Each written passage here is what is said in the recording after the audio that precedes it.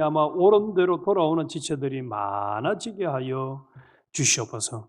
다음 세대들을 주님이 세워주시고 자랄 때부터 믿음 안에서 계속 자람으로 참으로 세상을 본받지 아니하고 하나님이 사용하시기에 가장 적합한 충성된 십자가 군병들로 우리 EM부를 세워 주시옵소서.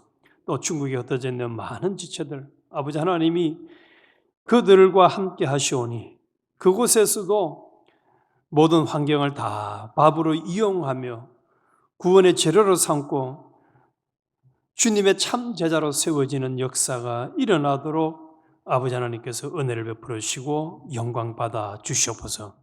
다시 한번 간절히 구합니다.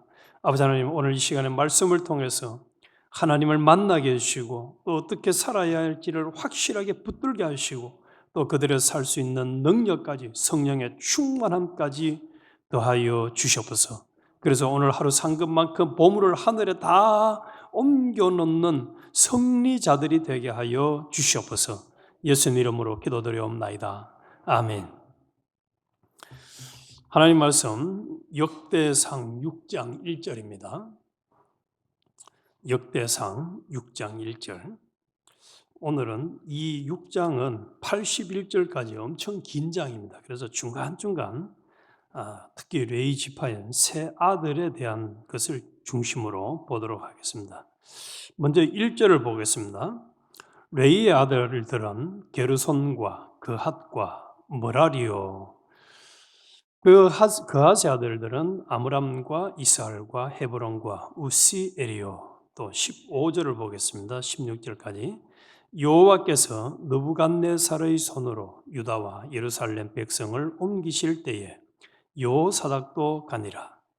또 1절과 똑같은 레위의 아들들은 게르손과 그핫과 므라리며 31절부터 33절을 봅니다. 언약궤가 평안을 얻었을 때에 다시 여호와의 성전에서 찬송하는 직분을 맡긴 자들은 아래와 같았더라. 솔로몬이 예루살렘에서 여호와의 성전을 세울 때까지 그들이 회막 앞에서 찬송하는 일을 행하되 그 계율대로 직무를 행하였더라.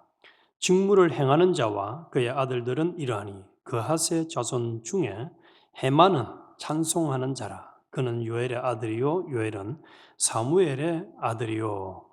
48절을 보겠습니다. 그들의 형제 레위 사람들은 하나님의 집 장막의 모든 일을 맡았더라. 아론과 그의 자손들은 번제단과 향단 위에 분향하며 제사를 드리며 지성소의 모든 일을 행하여 하나님의 종 모세의 모든 명령대로 이스라엘을 위하여 속죄하니라.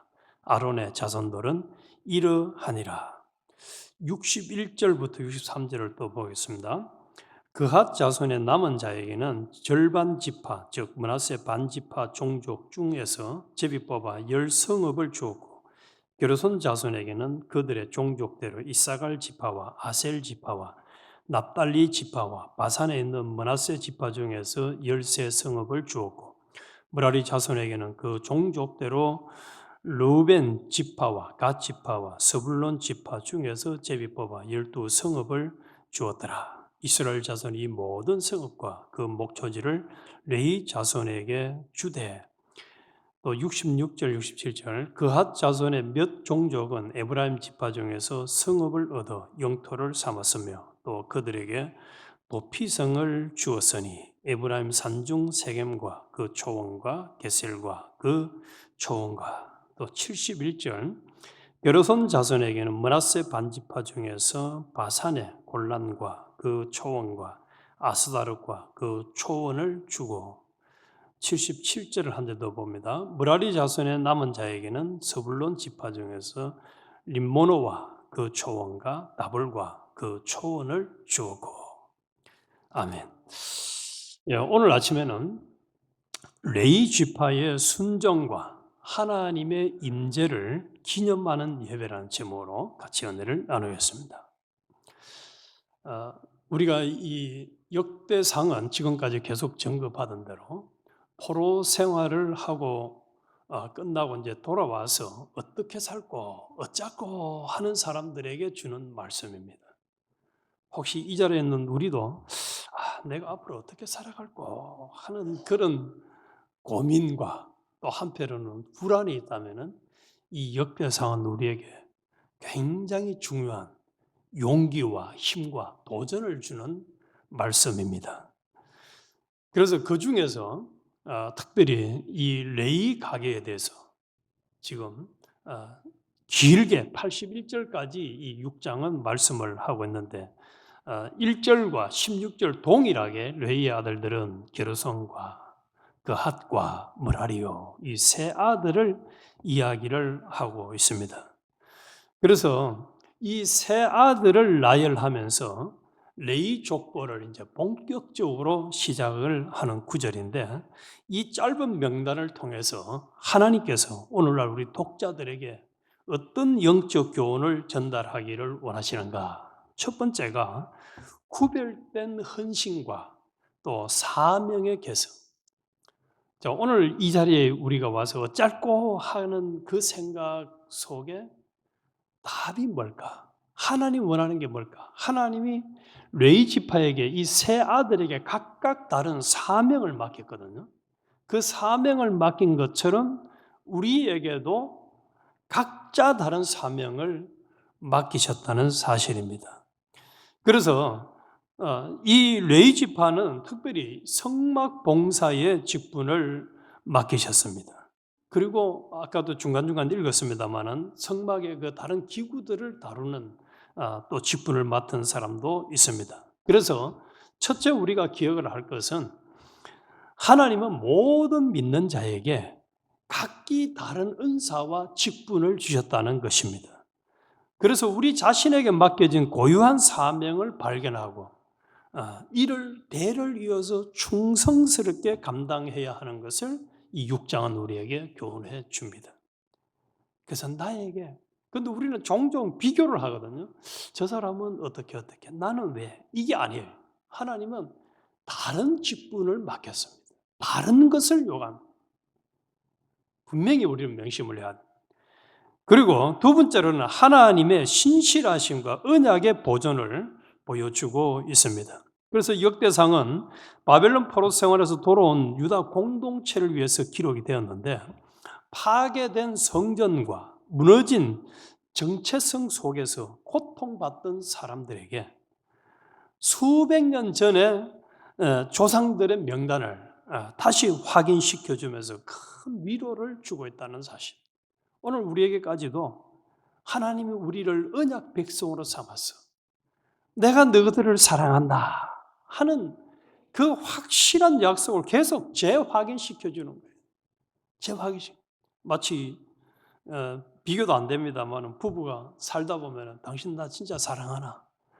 근데 저는 진짜라는 말을 쓰면 화가 나요. 종종 나한테 진짜 이랑 그럼 내가 평상시에 진짜로 사랑 안 하고 가짜로 사랑한다는 말인가 하고 화를 내는데 우리 확인을 하잖아요. 당신 진짜 나 사랑하나?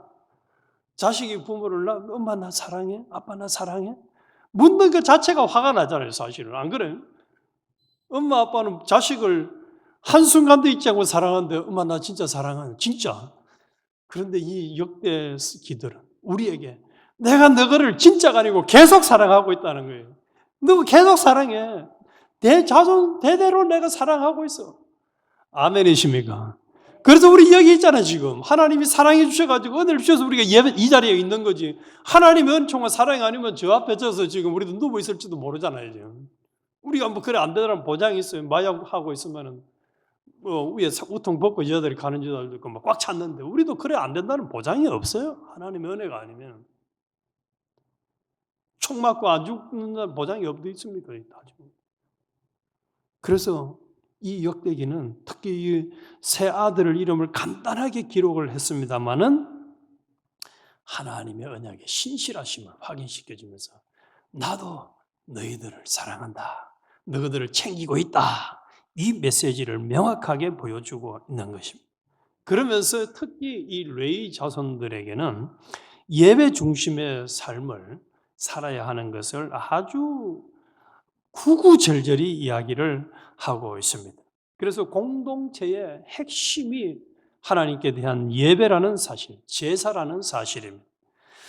우리의 삶의 우선순위가 하나님을 향한 이 예배에 있어야 한다는 것을 가르쳐 주고 있습니다.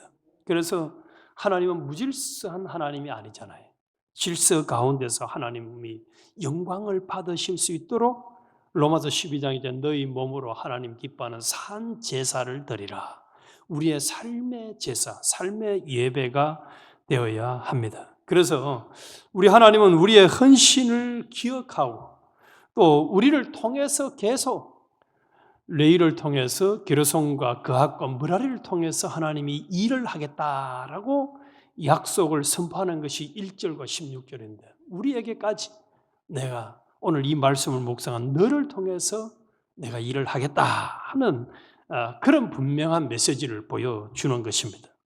그래서 하나님은 모든 역사와 우리가 만나는 그런 현실을 주권한다는 것을 또 한 번 더 확인시켜주는 건 15절입니다. 제가 다시 한번 볼게요. 여호와께서 느부갓네살의 손으로 유다와 예루살렘 백성을 옮기실 때에 여호사닥도 가니라. 그래서 이 15절은 이스라엘 역사에서 가장 비극적인 사건 중 하나인 바벨론 포로를 대제사장의 가문의 계보와 연결해서 기록을 하고 있습니다.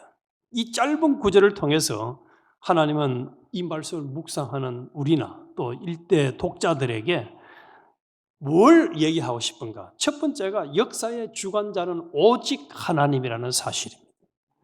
그래서 유다가 멸망하는 원인을 단순한 바벨론의 군사력의 강력함 그것 때문이 아니라는 것입니다. 여호와께서 옮기실 때에 여호와 하나님이 하나님의 백성들을 유다 백성들을 바벨론으로 옮겼다는 거예요. 우리에게 적용해 볼까요? 예언교회에서 오늘 이 시간에 이 자리 예배에 있도록 누가 옮겨놨다고요? 하나님이 옮겨놨습니다. 하나님이 옮겨놨어요. 하나님 우리를 여기다 딱 옮겨놨어요. 다른 데 옮겨놓은 게 아니고 여기다 딱 옮겨놓은 거 할렐루야 아닙니까? 할렐루야예요. 이 시간에 술집에 있을 수도 있잖아요. 이 시간에 뭐 다른 데 얼마든지 있어도 하나님이 이 자리에 딱 옮겨놨어요. 하나님이 역사의 주권자입니다. 인간의 눈에 보기에는 때로는 포로로 잡혀가고 비극처럼 보일지라도 그것 또한 하나님의 계획과 통제 아래 있다는 것을 오늘 여호와께서 옮기실 때에 라고 명확하게 표현해 주고 있습니다. 그리고 동시에 대제사장 여호사닥도 잡혀갔습니다. 뭘 얘기합니까? 대제사장은 하나님과 하나님의 백성들 사이를 중보하는 엄청난 직분자였지만은 백성들의 범죄와 타락에서 이 직분조차도 심판은 예외가 될 수가 없다는 것을 말씀하고 있는 거예요.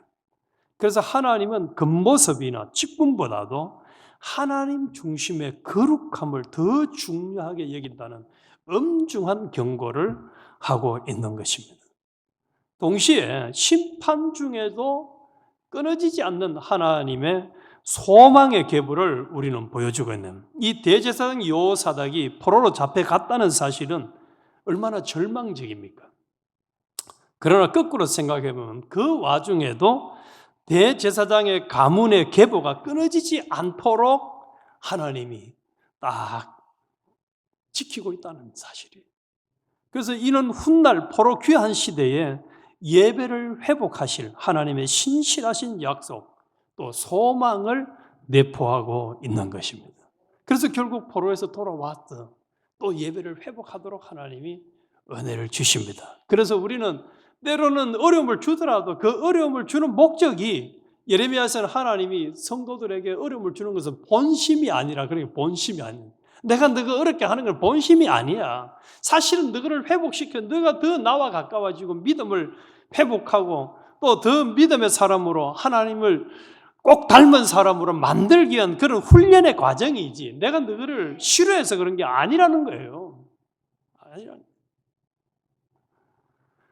그래서 우리 하나님은 역사의 주인이시면서 동시에 엄격한 죄에 대해서는 얼마나 엄격한지 모릅니다.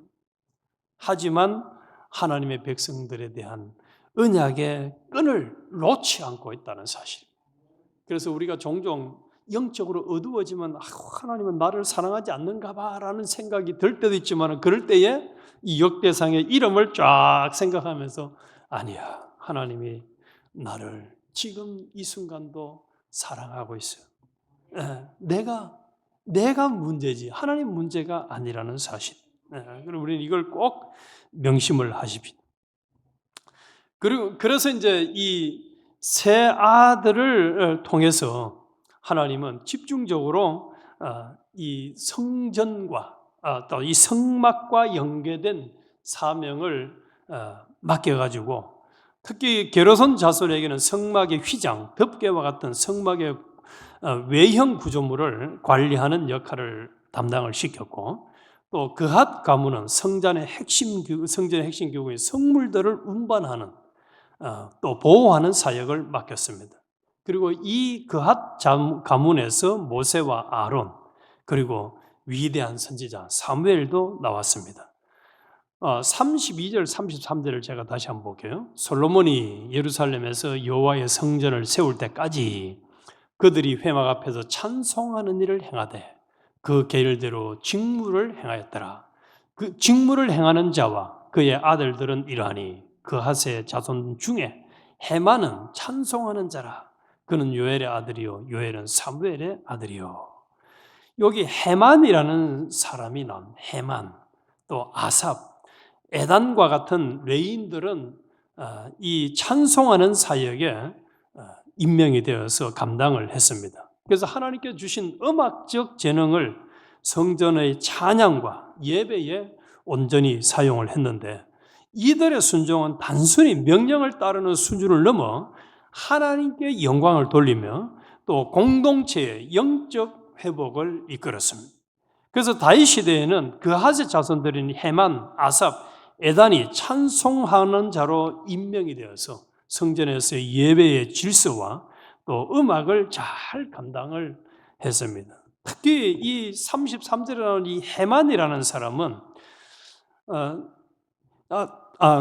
시편 88편을 지은 이 저자입니다. 그래서 시편 88편에 딱 보면 표제가 헤만의 시라고 딱 되어 있어요. 그리고 헤만의 형제 아삽은 헤만의 오른쪽에서 직무를 행하였는데 그는 베가라의 아들이요 또 베가라는 시므아의 아들이요라고 39절에 기록이 되어 있는데 이 헤만의 형제 아삽은 엄청난 사람입니다.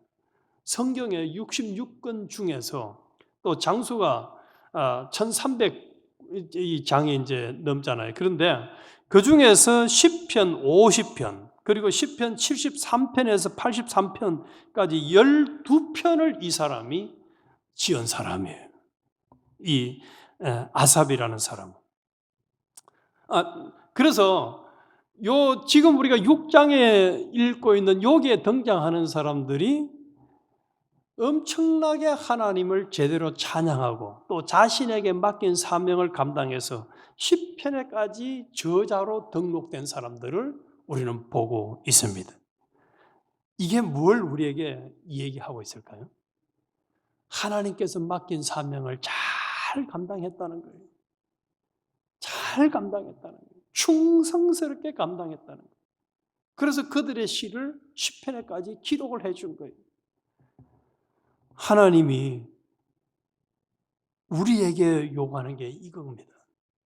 우리 각자에게 지금 어떻게 할고 어쩔고 하는 이 상황에서 하나님이 나에게 무엇을 맡겼으면 나를 통해서 무엇을 하기를 원하시는가 하는 그것을 찾아서 우리가 충성스럽게 잘 감당할 때 하나님이 보시기에 너는 이것은 참 잘했다. 내가 기록하고 너의 기록을 남기고 싶어. 그래서 아까 제가 기도할 때 보물을 하늘에 옮겨놓자. 우리가 죄를 지으면은 둘째 사망의 해를 받아서 전부 다 지옥으로 다 가야 돼. 불탈 것으로 다 끝나는데 반대로 우리가 여기에 등장하는 사람들처럼 또 머라리 가문은 보면 성전 구조물과 관련된 물리적 사역을 감당했습니다. 성막의 기둥, 받침, 뼈대와 같은 무거운 구조물을 담당을 했어요. 그래서 이 세 아들은 각각 직무가 달랐어요. 찬송을 하기도 하고 성막 덮개를 관리하기도 하고 또 각종 구조물을 관리하기도 하고 예배와 찬송을 담당하기도 하고, 이처럼 우리 모두에게는 하나님이 맡겨주신 사명이 달라요. 우리 김재학 원사님처럼 요리를 잘하는 분도 있고, 정장로님처럼 또 아주 교회를 잘 돌보는 관리를 하는 분도 있고, 우리 각자 다르잖아요. 이게 똑같은 사람 한 명도 없어요. 그렇다면은 이 6장을 통해서 하나님이 내게 맡기고 나에게 요구하시는 것이 뭘까? 이것만 남과 비교하지 말고 충성스럽게 잘 감당을 하고, 그래서 우리 교회에서 지금 예배, 주일 오전 예배 시작할 때 제일 첫 번째 부른 노래는 뭡니까? 온 마음과 정성 다해 하나님을 찬양하라. 온 마음과 정성과, 성경에서는 마음과 뜻, 목숨, 힘 다해서 충성하라 아닙니까? 내게 주신 사명을 그하 자손처럼, 게르손 자손처럼, 므라리 자손들처럼, 또 해만처럼, 아삽처럼 순종을 잘해서 하나님이 그래 너 이거 잘했어, 이렇게 인정받는 것이 우리의 남은 생에 계속 이어진다면 얼마나 아름다운 생애가 되겠습니까? 내가 이민생활하면서 힘들게 생활했지만 그때 내가 하나님의 은혜로 충성해서 내 보물을 하늘에 다 옮겨놓을 수 있게 해주신 하나님 감사합니다. 찬양합니다. 영원토록 찬양하는 우리가 되어야 하겠습니다. 그래서 아까 16절에 봤던 것처럼, 아니 15절에 심판의 대상, 다 하나님이 옮기실 때에 하는 것처럼 그런 심판의 대상에 되는 길을 걷지 말고, 어제 우리 5장에서 말한 르우벤 장자라도 장자의 명분 못 받잖아요. 하나님이 은혜 안 주십니다. 하나님의 말씀을 순종 안 한 사람에게. 그러나 하나님 말씀을 순종하는 사람에게는 지금의 상황이 어떤 상황이든 상관없다는, 하나님이 은혜를 주시고 하나님이 함께 해주시고, 그래서 형통한 자로, 날마다 승리하는 자로 구원을 잘 이루어서 예수 그리스도의 장성한 분량에까지 자라고 온전한 사람이 되어져서 하나님 앞에 갔을 때에 너 잘 살다 왔다 칭찬받는 모두가 되시기를 예수님 이름으로 축원합니다. 하나님 아버지 감사합니다. 웬 은혜 웬 사랑으로